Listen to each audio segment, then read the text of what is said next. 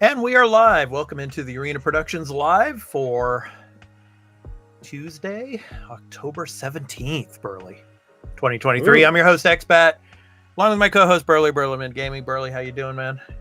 Doing good. How are you, Expat? Tired again, just like yesterday. It's funny. It's like, you know how like you wanna go to bed at a certain time, but then you have things that you want to watch, like on the internet, or you want to watch some stuff, or you want to get some gaming time in before you go to bed, and then you extend for like an hour or two over the time that you actually wanted to go to bed previously. So that was me yesterday, man. I was watching some stuff. I was getting caught up on some content last night, and of course I wanted to go to bed around 11:30 or so. I got to bed at 1:30. So yeah, just that's the way it is, man. That's the way it is with me. I hear you. For me, because I'm so used to my schedule, I know anytime I deviate for it, I pay for it. So I have to force myself. And it's because I've learned too many times of I do it, and then the next morning I'm like, I am dying. I didn't get enough sleep. Right. So I'm like at work, and like the first 3 hours, I mean, I'm feeling like I'm about to pass out. You know, it's like, and then by around noon, my time over here, then I started to wake up. Yeah, that's just how it is usually. But yeah, and I have a question for you, Burley. What time is the sun going down out there in Canada for you? So out here in Japan, it's around 4:45 in the afternoon. The sun's pretty much down and it's getting dark. About a little after 5 here. Oh wow. Okay. Yeah, but it'll soon start to get. It'll soon be like dark soon enough. Because it'll like once it hits November, it'll be dark by like 3 p.m. And I want to welcome Farazux. Pharaoh, thank you for coming on in. I am doing well, and so is Burley. So thank you so much for joining us today. Really appreciate it. So yeah, man. So yeah, it's getting closer to the time when the leaves are going to start falling down, and the weather is going to get colder. So I'm looking forward to that. No more humidity, Burley. I'm so excited. Oh, that I cannot wait for. I can take the air conditioners out. Right. Right. Okay, so we got a good show for you. Of course, our weekly news topics for the news that dropped yesterday. So we're going to be talking about them. Spider-Man, it's coming on Friday, and we've got the review roundup. We're going to talk about the reviews. Pete Hines, he's heading out of Bethesda, so we're going to talk about that.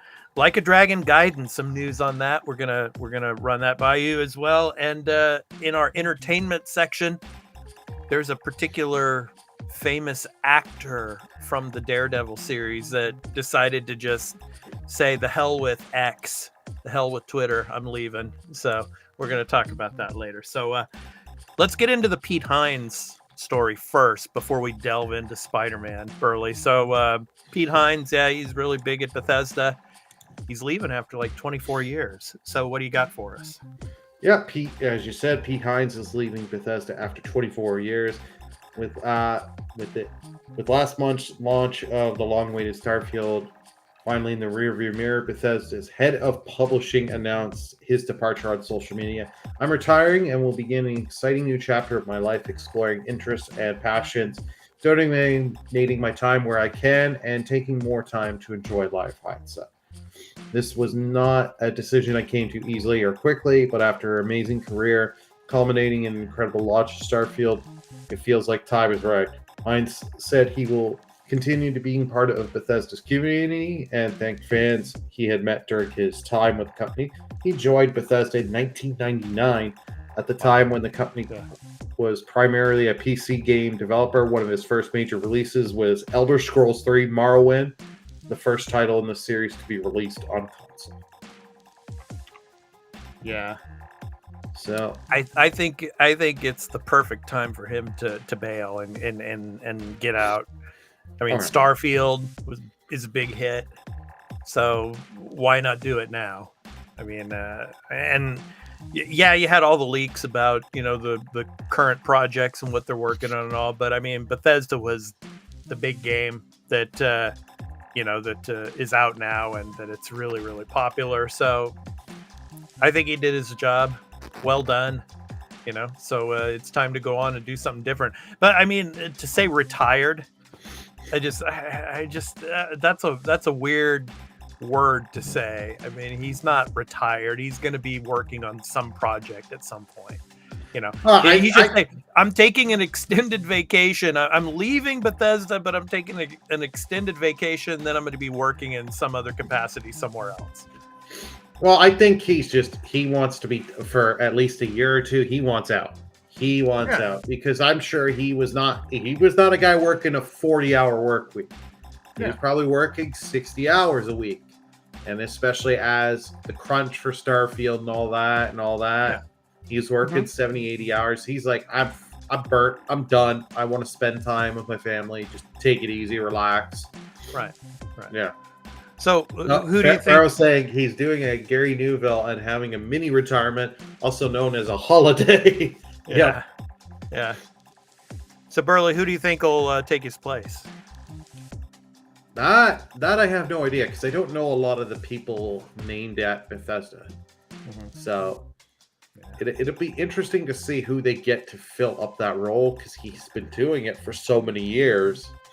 And he's been with Bethesda for 24 years. So I'm hoping they go internally. I'd rather see them go internally, but they probably will. Yeah. But it doesn't also hurt to go externally, because you get someone new and get them in there. Get some fresh new ideas in there. Yeah, for sure. Yeah, we shall see. So, all the best to Pete Hines, and hope everything works out for him. And so, great job he did over there at Bethesda. So enjoy your holiday.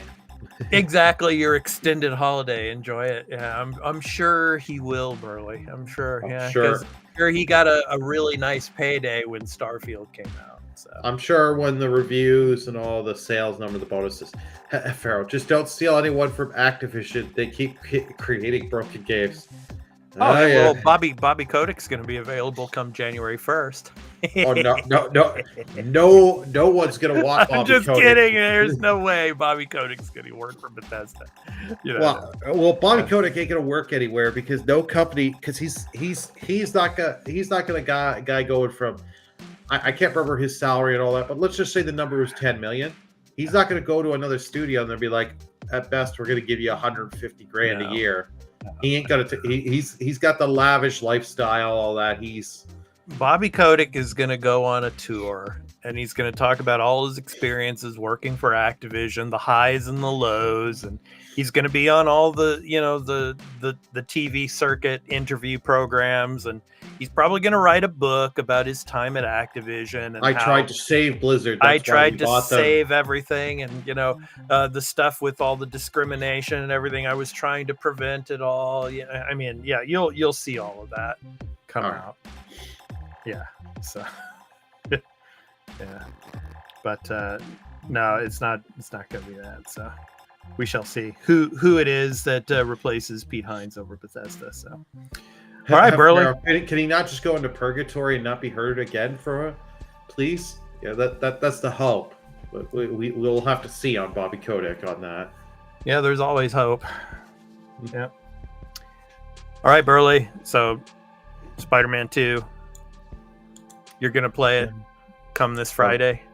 You'll be playing it. Once my copy comes in, I will definitely be playing it. And once it does come in, because I got the collectors, we will be making a video for that. So yes. But I mean, I'm really excited to play it and excited to see, what it's all about. I mean, I played Spider-Man, I played Miles Morales. I mean, but could it be that much better? Oh, I have faith in Insomniac. Well, the thing that I know that's going to be better is you can fast travel anywhere on the map at any moment. Anywhere. That's going to be the cool thing. Whereas in the previous games, you couldn't do that. Whereas you can go into Manhattan, you can go into Queens, you can go into Brooklyn, and you can just choose anywhere on the map. It doesn't have to be it doesn't have to be a fast travel location. It could be somewhere without a fast travel at all. Just click wherever you want to go, and boom, you're there. No loading times with that SSD. Boom. Mm-hmm. Just like with the Ratchet and Clank, how the SSD worked for that. It's going to be amazing, in Spider-Man 2. So, all right. So Burley, take it away. So the review roundup for Marvel Spider-Man 2. What do we got? Yep. So GameSpot published a little article for the review roundup. GameSpot themselves gave it an 8 out of 10, as well as IGN. Game Informer 9.5. Some of these, I'm just not reading them because some of them do get a little some points spoilery. That people, they don't want to read and just give out in case people haven't seen certain things. I don't want to spoil the game. VGC 5 out of 5. Games Radar 5 out of 5. VG247 5 out of 5. Forbes 8.5 out of 10. Gaming Bible 9 out of 10. But across the board, this game, last I checked, Metacritic was sitting at a 91. 91. Yeah. This thing has been reviewing very, very well. I think probably better than the original. Or Miles. Yeah, it's still at a 91 at a Metacritic. It's been very, very positive. I've seen some stuff a video, if you don't care about spoilers, I watched a little bit, but I had to turn it off, is Digital Foundry. They go a little spoiler with it, but they show you the tech behind that Insomniac has done. Yeah. It's showing that they really do use the SSD and really using the DualSense, the adaptive triggers here. So it's I think it was Digital Foundry that talked about the fast travel as well. So yeah, and then you've got the whole web suits and stuff, and there's so many suits and the different gameplay elements you got between Peter and Miles, and I'm hearing a lot of great stuff with the story, saying you don't need to be a Spider-Man fan to enjoy it, but if you are, you'll get there's little Easter eggs and stuff like that you'll get, and references you'll get. Yeah, do you think this should be put in a niche category of, superhero Marvel fans will definitely play this game? Whereas if you're not a Marvel fan, you probably won't be playing it. If you're a Marvel fan, you'll most likely be playing it, but I think this just does a little fit into what PlayStation has been doing over the last couple of years of just making single player games and fitting into that mold. Mm-hmm. But if you're going to get the most enjoyment, if you're a Marvel Spider-Man fan, I think you'll get the most enjoyment out of this game. Yeah.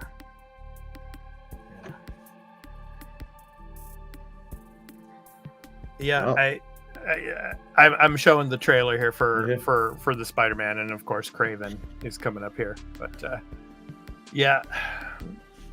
I think it's going to be awesome. I mean, with the tech and all, but I mean, it's just more Spider-Man. It's just going to be more Spider-Man. It's going to be to me, it's probably going to feel like the same game with just added content. Where you're going to be able to play with Miles as well as Peter Parker, as Spider-Man. And you're going to have Venom, and you're going to have, Kraven, you're going to have Sandman,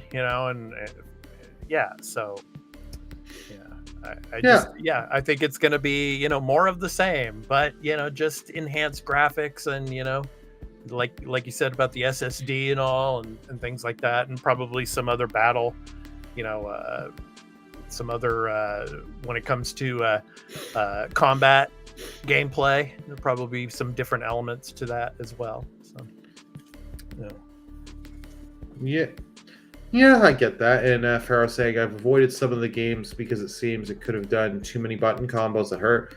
I get that, but one thing that Insomniac does do better than a lot of these studios is accessibility options. if you've played the last couple of their games, the last like 4 games they've released, they have done a lot with accessibility. And they said for this one, they really added more. So that way, people that you need little stuff to help you play and enjoy the game more, they have added it, which is really something nice to see. And Farrell says it could have been DLC. You mean, expat? Yeah, I would say. Well, Miles Morales was pretty much a DLC for the original Spider-Man. So, yeah. I mean, Miles was standalone DLC. I will admit that. But I mean, love the game. But I mean, maybe not so much DLC, but like probably like an expansion. Yeah. In that regard. Kind of like in the Witcher games, like the Witcher, Blood and Wine, all those are like expansions. So I mean, I could see this as a major expansion to the Spider-Man games. So, but yeah, so, and it's gonna be fun to see how he gets the symbiote here, and how he gets the Venom type of costume. What takes place. Yeah, it's going to be interesting to see story moments, how certain things play out, who is going to be the Venom of this game, since they said early on it ain't Eddie Brock. So it'll be interesting to see where the story goes with it, and with certain characters, how they left off. And I have heard from reviews, characters from the first game do make a return. So certain characters you thought may have been a one and done, no, Insomniac is still using them, and they're still coming, and which is great to hear, because that's something a lot of people were like, oh, is this character, we get them for this game and they're one and done? It's like, nope. It's like, oh, great, I like this. Yeah.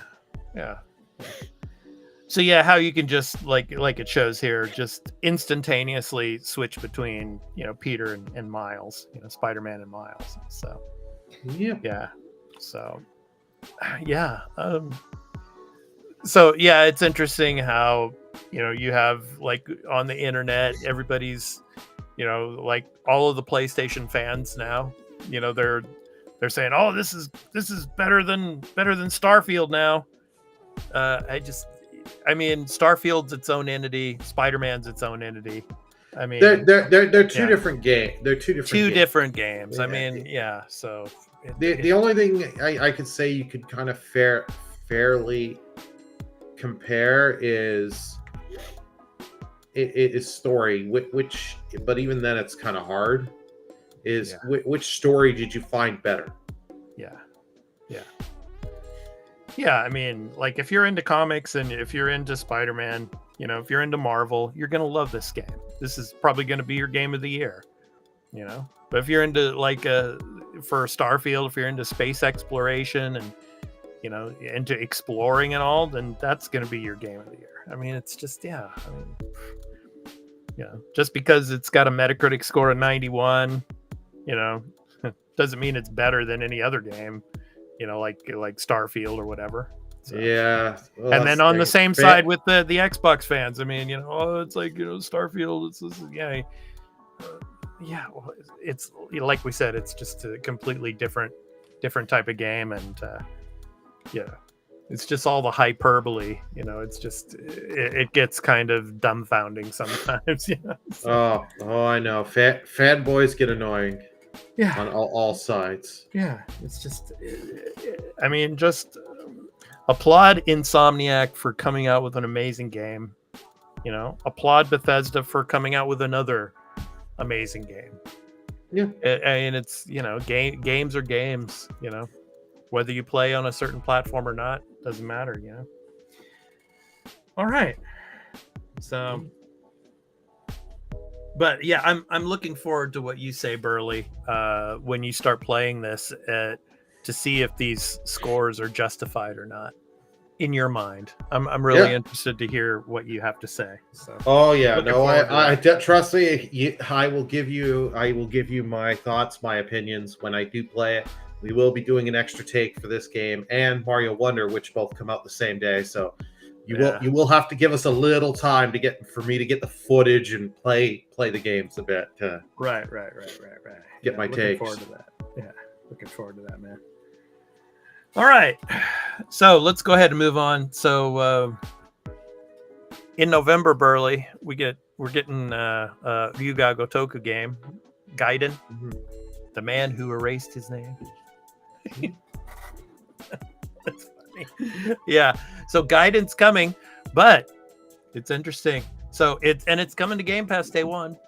Coming to Game Pass. So if you're a Game Pass subscriber, you're very lucky. Gonna get this game day one.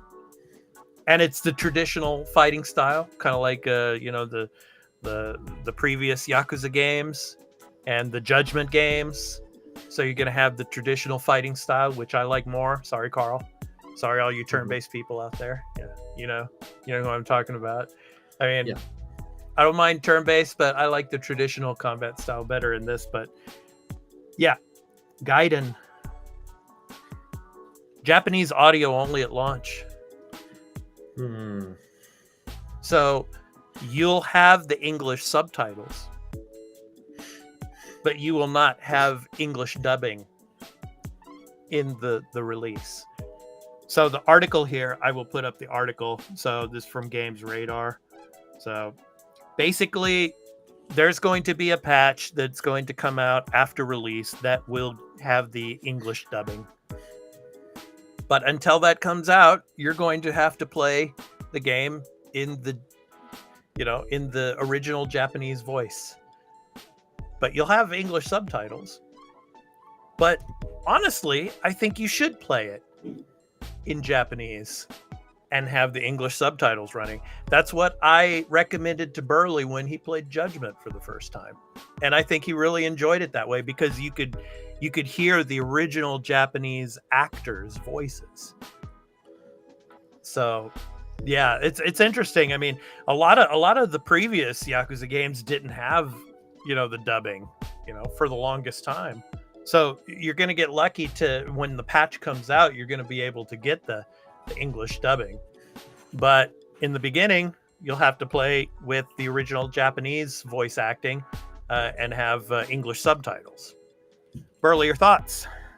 Yeah, I have mixed things. Like I for the Judgment games, I do agree with you. Play them with the Japanese and just put the English subtitles on.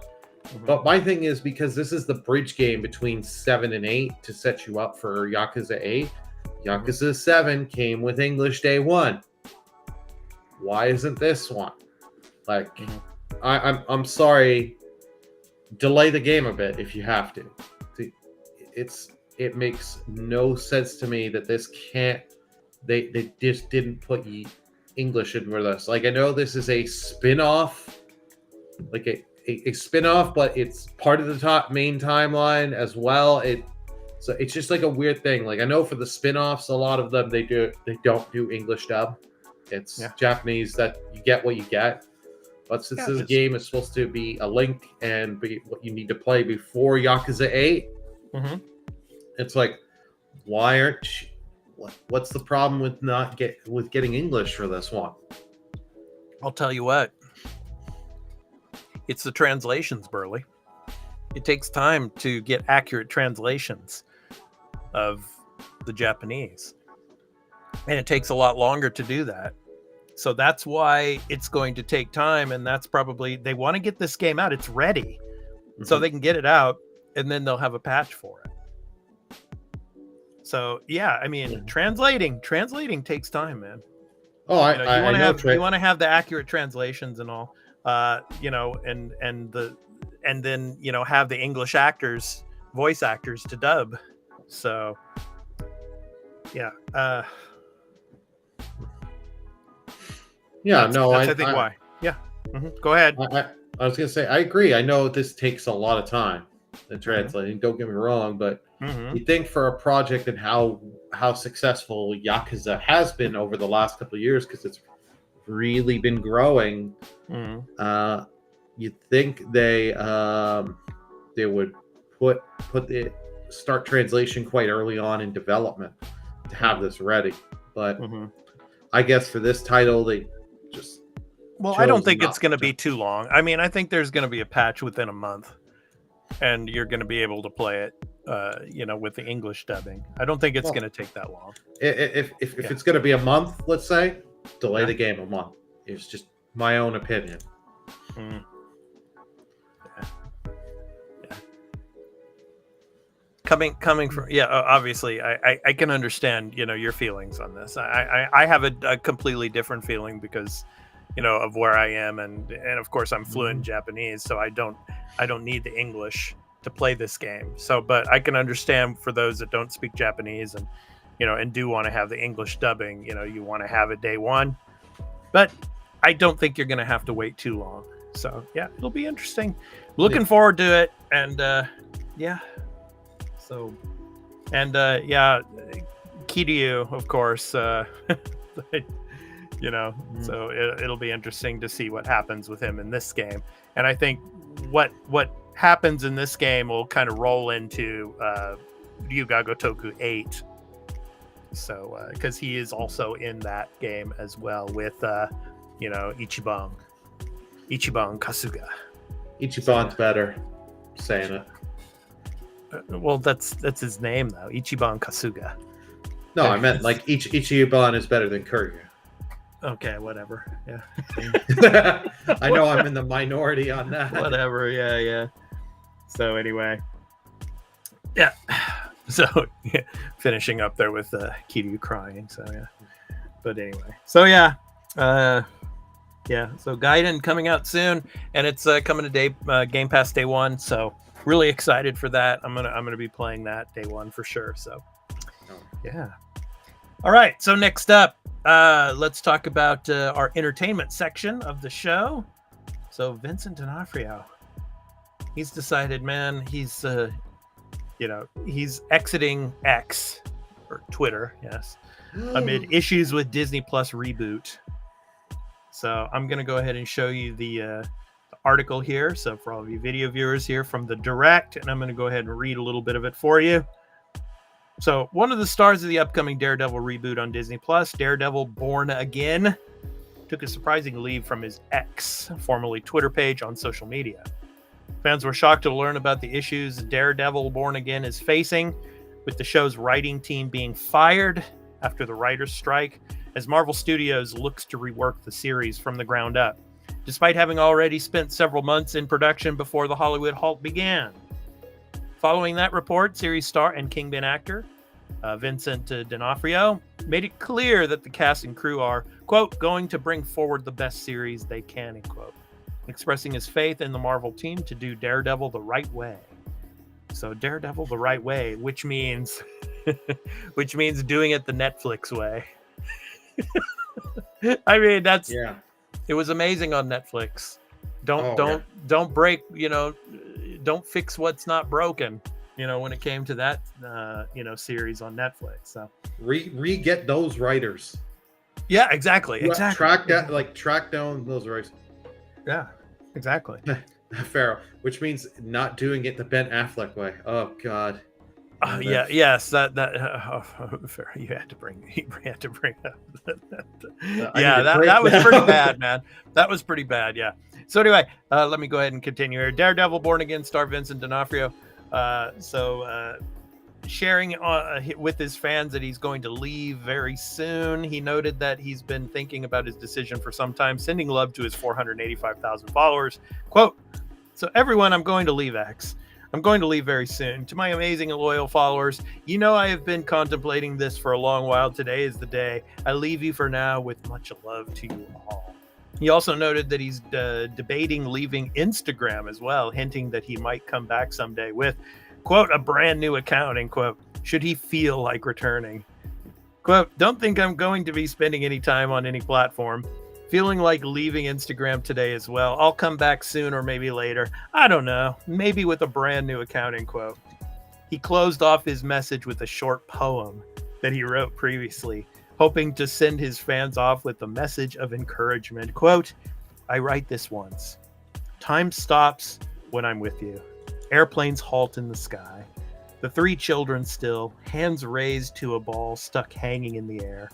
All others disappear, and you and I at a table in a meadow somewhere in the world, embraced in conversation and lust. We lived there. I'm there still. I believe. I believe that time stopped when I was with you. End quote. So for years, D'Onofrio was incredibly active on his social media pages, most recently teasing in his 2021 return as Kingpin in the Hawkeye series on Disney+. So good on you. Leave Twitter, leave Instagram, leave all social media, take a break, because I know you're going to be back again. I mean, when Daredevil is about to come out, on Disney+, like weeks before or like a month before, you're gonna get back on. Oh yeah, when he has something major to promote, he will. And you know what? Nothing wrong with it. I agree with him. Get off this crap. The social media over the years has just become a swell. Like for us content creators on Twitter, I get so many times in a day. I get from all these freaking graphic artists DMing me and messaging me, following me. I followed you now. I like your stuff. But your stuff kind of sucks. Go with all my artists. Redo everything because I want a paycheck. I get enough of that through freaking days and weeks. I can only imagine with a celebrity like him how much stuff he's getting. And Pharaoh puts it, honestly, feel what he's saying. Social media seems to disconnect us from each other a lot more than they bring us together. Oh, I agree. Of course, yeah. Yeah, Pharaoh, I remember the days when we didn't even have cell phones. We had pagers. That's the biggest, type of media or type of technology we had. We didn't have all that stuff. We had to use landline phones to talk to people or actually look at their faces because we didn't have computers that had video chat and all that stuff, So, yeah, I mean, it's like Meryl says I do too, but didn't have pagers. Oh, you didn't have pagers. Okay. Yeah, it's like we used to make fun of our friends. We used to make fun of each other, Pharaoh, and in school when our pagers went off. Up, there's your drug dealer calling. It's like we used to do that all the time. But yeah, I mean, man, it's just, I completely agree. It's a disconnect.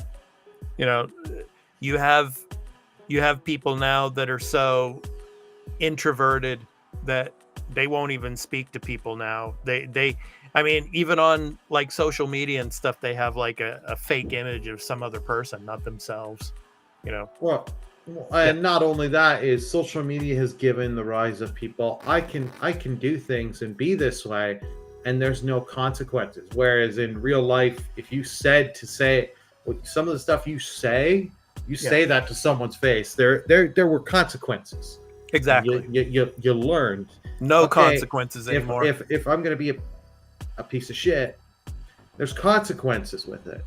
Yeah. Oh, you remember using the old dial rotary phones? Oh yeah, I used to too. Yeah. I've used one in my life. Oh yeah. I remember. I used to use them every day. It's like that's what we had. And then you had like the touchpads, and the touchpad ones came out. Those were cool. Yeah. Those were pretty cool. So. Yeah, when I first came to Japan, they still had like a lot of the phone booths, and you'd have like a card, like a prepaid card, and you put it in, you could call someone, but it's still like a landline phone, But now those are pretty much gone. They ripped them all out because of cell phones. So, but yeah, man.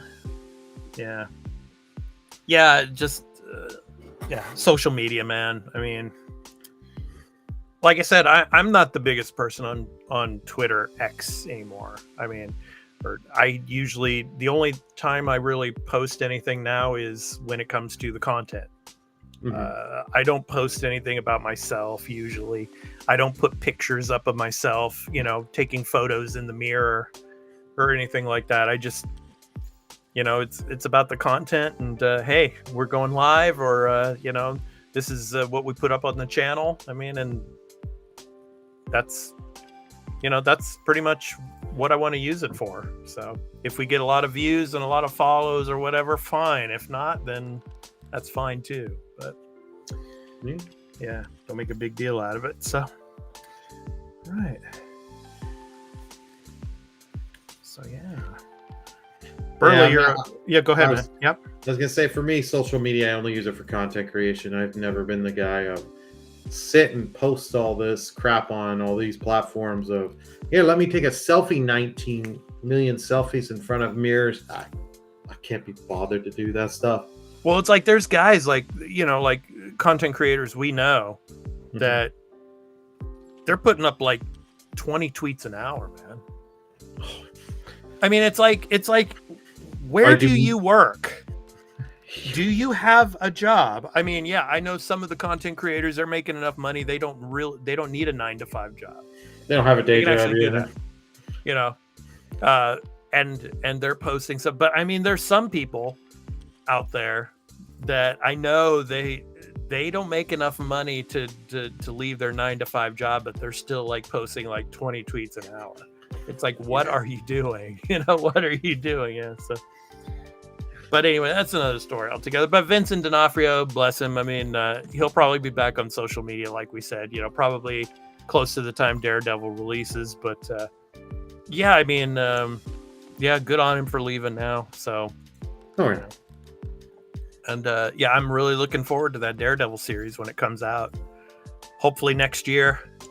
But probably with the writer or the actors strike, the writers are back. But 2025 at the 2025 probably, yeah. So unfortunately, yeah, we shall see. So, all right. So that's gonna do it for this edition. But one last thing I want to talk about is our Patreon over at patreon.com/TheArenaProductions. Productions. All of our content over there is ad-free. We also have our post shows that we do after each episode of the Arena Multi-Platform Gaming News Podcast. We've been taking a couple of weeks off from that because, we had some guests on and we wanted to spend more time on the regular show, with them. So hopefully this coming week we'll be able to do another post show. So those are exclusive to patrons.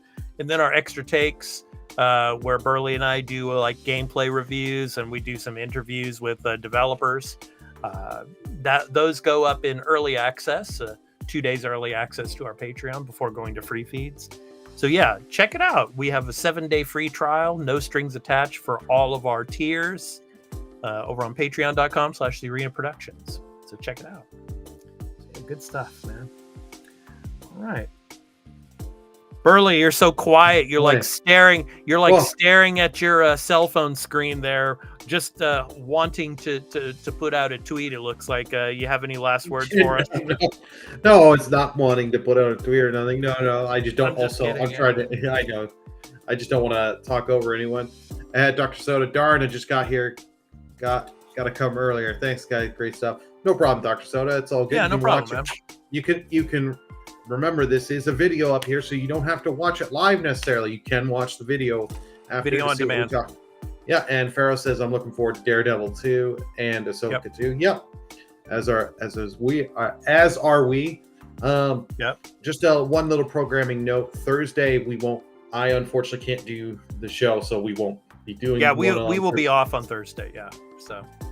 Yeah, because and I'm gonna be working on the Star Trek Lower Decks content for the next episode on that night too. And Burley will not be able to be on the show, so I decided to cancel Thursday, but we will be back on Friday for the Friday edition of the show. So yeah, good stuff. Yeah, I was gonna say, Pharaoh, you watch Ahsoka. When you're finished watching Ahsoka, come and watch our review, a recap and review episodes here on the Arena Production. So those are up for you. So, yep. And Dr. Soda, yeah, just it's the Arena Productions live playlist. You can check out all of our shows. If you can't catch us live, you can watch it video on demand at any time there. So you can check us out there. So go ahead, Burley.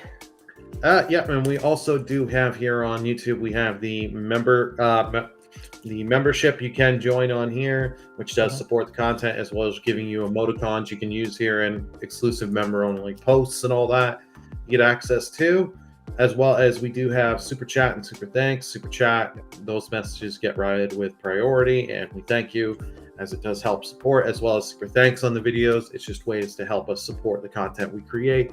And Pharaoh says, I finished watching it the other day, but going to have a rewatch all minus the child. Yeah. Fair enough. but Fair have a enough. second run through, to see some stuff that you might have missed. Yeah. And digest it more. And Yeah. So, Dr. Soda, are you going to play Spider-Man 2 on Friday? You going to play it? Let us know. Yeah, because I'm excited to play it. Burley's going to be playing it from Friday, so looking forward to it. Yeah, so yeah, good stuff. Yeah, we got Spider-Man coming out. Super Mario Wonder's coming out the same day. So I'm really excited to see which game sells more in its first week. Yeah, that will be interesting to number. To see. And Farrell rewatching Ahsoka and starting Loki. Nice. Dr. Soda says no. Oh, no, PS5. Okay. Yeah. It's interesting. Burley, do you think Spider-Man 2 could run on the PS4 Pro? The problem is you could have it run, but you'd have a compromised experience. Yeah. And that's the thing. But it could run. I'm sure it could run on PS4 because you can't just get it for the Pro, because if you tailor it to just the Pro, there's how many base PS4 users that are gonna be like, I'm not buying a Pro. Yeah, I didn't buy the Pro. It should run on the base. I just say Pro because the specs are higher on the PS4 Pro than the standard. So, but So. When do you think it'll come to PC, Burley? Spider-Man 2. 2 to 3 years. Jim Ryan's going to be out maybe the next. Yeah, I know. I know. And Insomniac says they want their stuff to come faster, but Sony is not going to be stupid. This is one of their biggest games. They're going to want to keep this PS5 exclusive for at least 2 to 3 years to get anyone that has a PS5 or getting a PS5 to get them to get this game. Yeah, that's what's going to happen. Farrell says they say Modern Warfare 3 can run on PS4. I have a Pro and Jet Engine running the beta. Yeah. Oh yeah. Yeah. That's I haven't had any Jet Engine type issues with my PS5 though. I had them all the time. Let me finish, Burley. I had a lot of problems with the PS4 though with Jet Engine. It's like every time you run something, it'd be like, But PS5 no issues. Go ahead, Burley. I was going to say, I've not had any Jet Engine with the PS5. PS4, yes. And Dr. Soda, I'm waiting for Alan Wake 2 October. We have that as well. This is Broketober. Yeah, well, I'm already putting together the podcast for this coming weekend. And I just want to say, this coming weekend, this coming Saturday, episode 150. Of the Arena Multi-Platform Gaming News Podcast, episode 150, and there will be some Alan Wake 2 in that episode. Yes.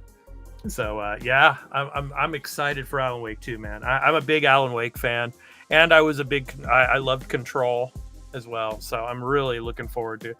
I mean, Remedy, man. I think one of the most underrated games of all of the previous generation was Quantum Break. I mean, that game was amazing. I mean, I would hope they would make a sequel to that game, but it's probably not going to come. But Remedy was all over that one, and then of course Control, and now Alan Wake 2. And it's been so long. I mean, it's been like over 10 years now, I think, between the first Alan Wake and Alan Wake 2. So it'll be interesting to see, what comes of that story. So it's got some creepy vibes to it, and with the, of course, with the flashlights again. So looking forward to that. So Burley can attest to that. He was playing, what was it? You were playing the remastered edition of Alan Wake. The port they did with the DLC. It was really good. Yeah. I'm curious to see how the second one is going to come out as, and that's going to just be on the back burner till other games are beaten that come out this Friday. Yeah, for sure. Okay, so want to thank Pharaoh and Dr. Soda for coming in. Thank you so much. And all of you that watch us in video on demand later on and come in, thank you so much. And let us know what you thought of the topics that we discussed in this episode in the comment section. Really appreciate your feedback. So thank you so much. And thank you for all of your support. Really appreciate it. And like I said, on Thursday, we're going to take Thursday. We'll be here tomorrow. And then Thursday, there will be no live show. We'll come back on Friday. And then on Saturday, we'll be recording episode 150 of the Arena Multi-Platform Gaming News Podcast. So really excited for that. And we're going to be all over Spider-Man in that episode as well. And, of course, some Alan Wake 2. All right.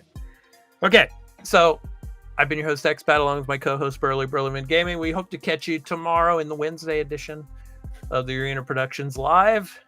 So have a great day of gaming, and have a great day of watching all of your entertainment, pop culture related content.